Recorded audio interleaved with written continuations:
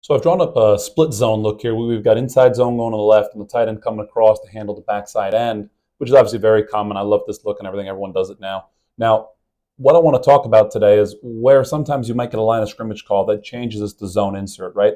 If a team starts walking down an extra play, whether it's a safety or they walk in a backer, what you might see here is that the linebackers end up kicking over a little bit and changing their gap assignments, right?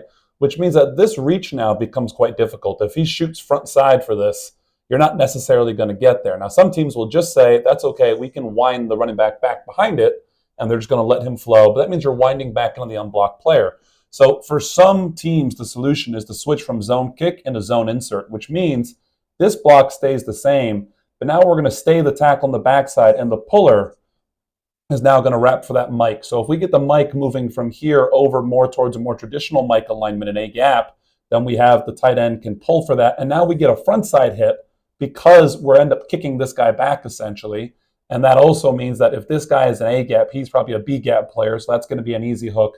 And now we're not winding back to the unblocked player. So sometimes it's a line of scrimmage solution, but there are some teams that'll say, hey, if we're getting a kicked look with an extra guy coming down, let's just check into zone insert instead of running split zone.